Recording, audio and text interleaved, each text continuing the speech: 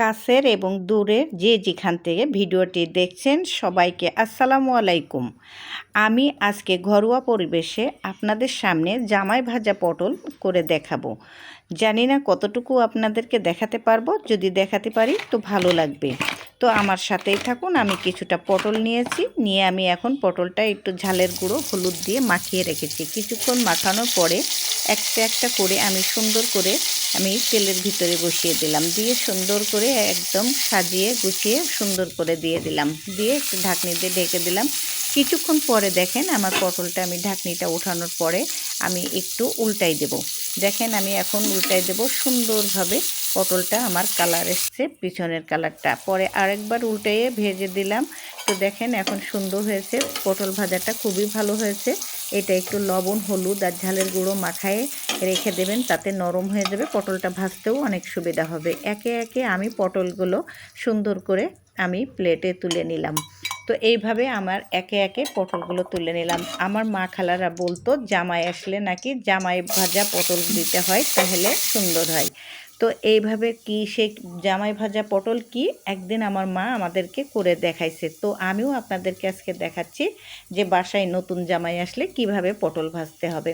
তো আমি এইভাবে আপনাদের সামনে উপস্থাপনা করছি। তো দেখেন আমার পটলটা ভাজা হয়ে গেছে। এখন আমি কিছুটা ঝাল পেঁয়াজ ভেজে আমি উপরে দিয়ে দিলাম। এখন এইভাবে আমি পটলটা ভাজি। আমার পটল ভাজাটা হয়ে গেছে, কত সুন্দরভাবে কালারও এসছে, খুব সুন্দরভাবে আমি পটলগুলো ভেজে ফেললাম।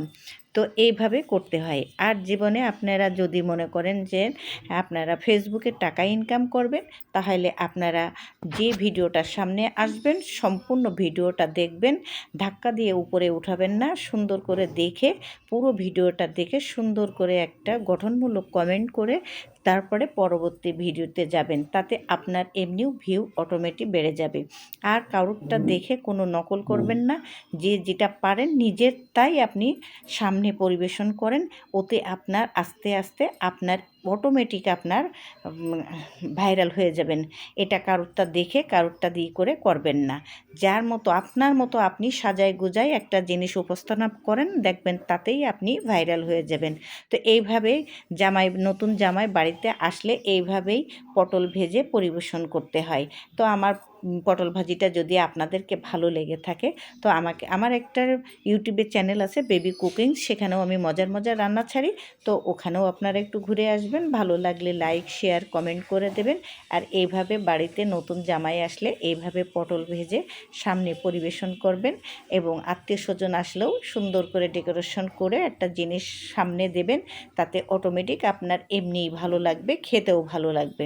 তো আমার পটল ভাজাটা যদি আপনাদের ভালো লেগে থাকে, এভাবেই আপনারা করে খাবেন।